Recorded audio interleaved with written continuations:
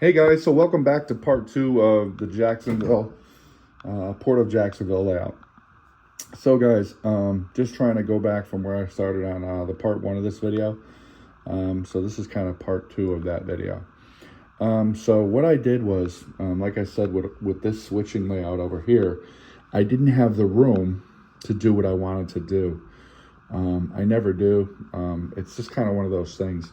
But so what I did was, instead of when I made this section of the layout, which is 10 feet from that wall over there to the end, all the way over here to the end of where the ship is against the wall over this side, I needed a staging yard.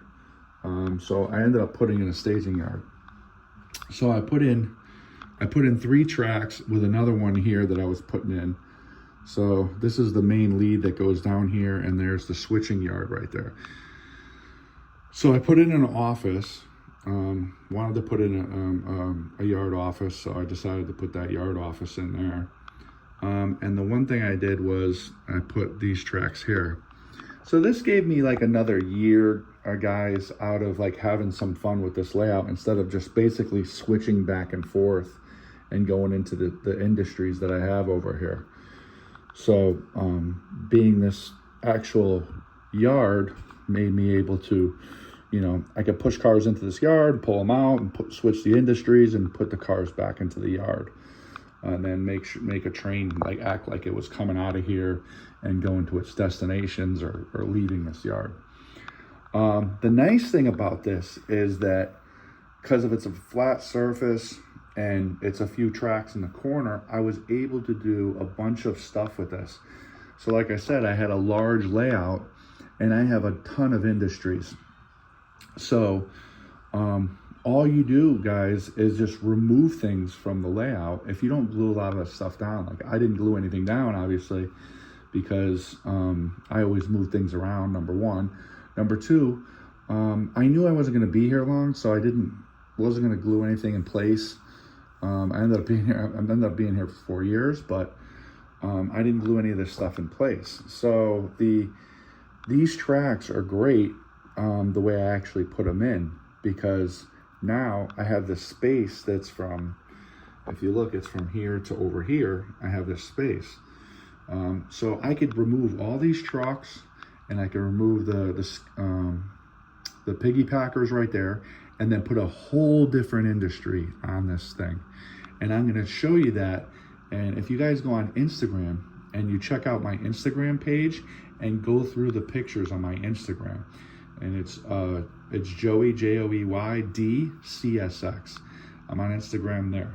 So if you go through that, you can see that I've changed this section probably about 5 or 6 times, and it was very easy to do. All I did was remove all this equipment that I have here, and then I put in an ethanol terminal. So I put the ethanol building right here. I would put the ethanol building this way. I'd put the tanks down at the end, and then put all the industries for the ethanol. I would use this track here as my DDG track for the grain that would dump the grain into it. I'd put a small silo building over the track that had a wall here. It would come up like this, come over the track, and come down here, so that I could switch the cars in and out of that.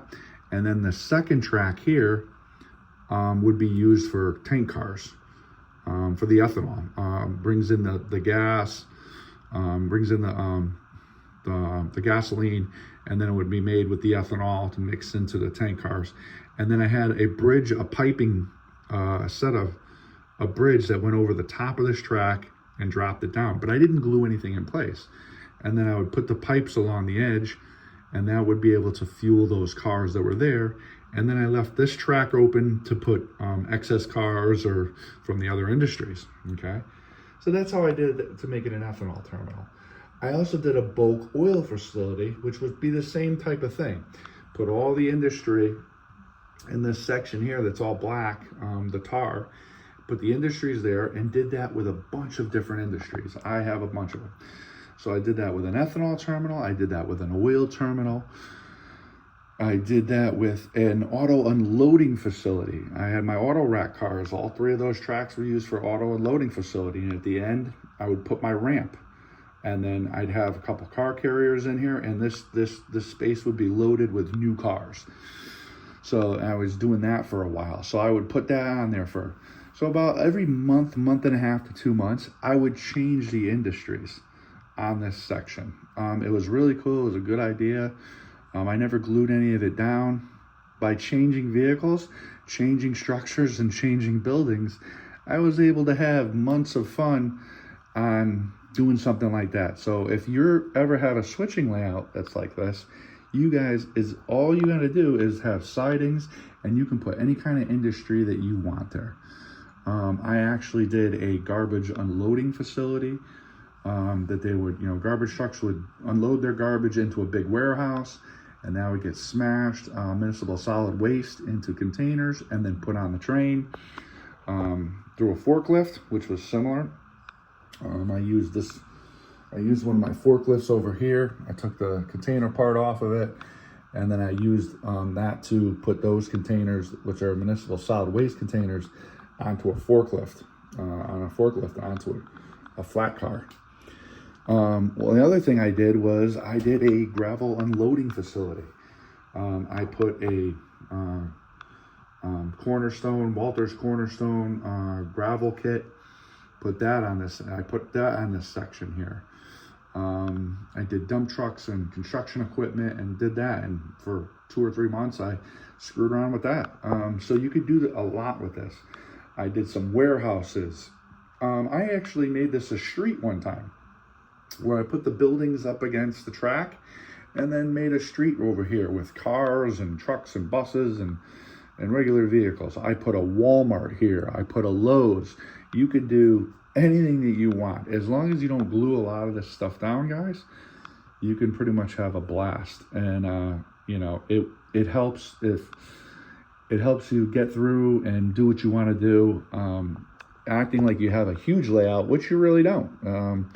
Like I said, this layout is only about 10 feet, guys, to about from here over here. So all the way down there is about 10 feet. So it's about, 10 by 10, roughly. But with this 10 by 10, I've had a lot of times the last 4 years. I can't wait to have a big layout, guys, because I don't do running time, where I like to run trains around in a circle. The only thing, trains don't run in a circle anyway, but it's still nice to see your trains run by, big scenes and stuff like that. I do always, every time I build a layout, I always put the layout to where I can have continuous running. So guys, thanks for checking out this layout. This guy over here is gonna bother me. I'm sure he's bothered me. So guys, that's Bouncer. What's up, Bounce? What's wrong with you? You okay? He likes laying around the layout. His favorite spot's actually under there. All right, guys, so take care and have a good day. Thanks for checking out my layout.